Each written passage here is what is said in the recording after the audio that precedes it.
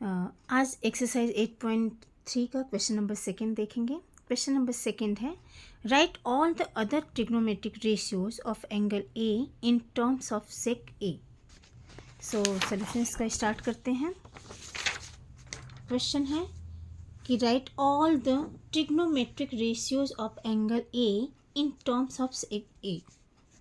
Question number second, exercise 8.3 question number second, यानी सारे trigonometric ratio. अब सारे ट्रिग्नोमेट्रिक रेशियोज आपके क्या क्या होते हैं? Sine A, cos A, tan A, cot A, cosec A. इन सबको हमें किस में चेंज करना है? सेक के टर्म में चेंज करना है। ओके, सबसे पहले हम यहाँ पे कुछ आइडेंटिटीज़ लिख लेते हैं जो कि हमें हेल्पफुल होगा सोल्यूशन को सॉल्व करने में।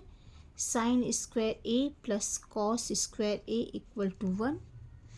यहाँ से हम जो है साइन की वैल्यू निकाल सकते हैं, कॉस की वैल्यू निकाल सकते हैं फर्स्ट।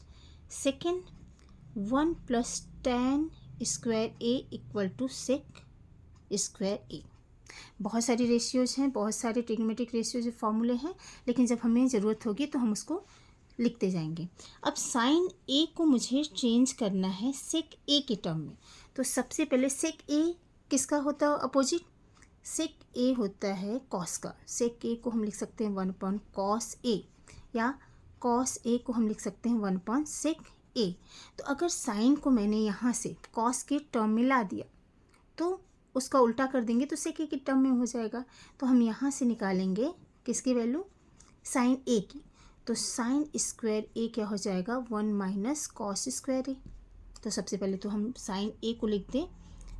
साइन ए यहाँ स्क्वायर है तो साइन ए क्या हो जाएगा? साइन ए हो जाएगा 1 माइनस कॉस स्क्वायर ए, रूट में हो जाएगा। तो यहाँ पे साइन ए की जगह हम लिख देंगे 1 माइनस कॉस स्क्वायर ए। अब अभी मैंने बताया कि जो है कॉस किसका अपोजिट होता है? सेक का। तो कॉस की जगह 1 सेक ही रख सकते हैं। तो हम स्क्वायर रूट में ही यहाँ पे 1 सेक स्क्वायर ए रख दिया। अब इसको सॉल्व करते हैं क्रॉस मल्टीप्लिकेशन से। तो सेक स्क्वायर ए इंटू 1, सेक स्क्वायर ए हो जाएगा -1 सेक स्क्वायर ए। यहाँ पे डिनोमिनेटर में, न्यूमरेटर में तो एज इट इज़ रखेंगे, बाहर नहीं आएगा वो।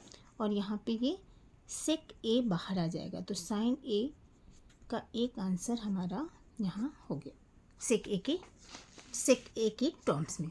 सेकंड है हमारा कॉस ए। अच्छा, एक चीज़ और कर सकते हैं, जब साइन आ गया तो डायरेक्ट हम कोसेक की भी वैल्यू निकाल सकते हैं। तो पहले हम कोसेक ही निकाल लेते हैं यहाँ से, क्योंकि साइन और कोसेक एक दूसरे के अपोजिट होते हैं। तो साइन ए क्या हो जाएगा? 1 कोसेक ए, और हमें कोसेक ए चाहिए। तो कोसेक ए को हम लिख सकते हैं 1 साइन ए के टर्म में। और साइन ए की वैल्यू अभी आई है, अभी हमने सॉल्व किया है। तो यहाँ पे रख देते हैं स्क्वायर रूट सेक स्क्वायर ए -1 सेक ए। और ये सेक नेक्स्ट टर्म में ऊपर न्यूमरेटर के पास चला जाएगा। तो ये हो जाएगा सेक ए अपॉन स्क्वायर रूट में सेक स्क्वायर ए -1। तो एक आंसर हमारा यहाँ हो गया। साइन और कोसेक की वैल्यू हमें मिल गई। अब नेक्स्ट हमें निकालना है कॉस ए का। तो कॉस ए होता है 1 सेक ए, डायरेक्ट मिल गया, एक आंसर यहाँ हो गया। नेक्स्ट है हमारा कॉट ए। कॉट ए को हम लिख सकते हैं 1 टैन ए, टैन। और टैन ए जो है हम कहाँ से निकाल सकते हैं? एक आइडेंटिटी है आपकी सेकेंड वाली जो हमने यहाँ आपको बताई है कि 1 plus tan square A equal to sec square A. तो यहाँ से हम टैन ए की वैल्यू निकाल सकते हैं। मीन्स 1 प्लस टैन स्क्वायर ए सेक स्क्वायर ए होता है। तो यहाँ से टैन ए क्या हो जाएगा? पहले तो टैन स्क्वायर लिखिए, टैन स्क्वायर ए सेक स्क्वायर ए -1। और टैन ए क्या हो जाएगा? स्क्वायर रूट में सेक स्क्वायर ए -1। तो यहाँ पे हम 1 टैन ए की जगह हम क्या रख देंगे? ये स्क्वायर रूट में सेक स्क्वायर ए -1। तो ये हो जाएगा सेक स्क्वायर ए माइनस 1।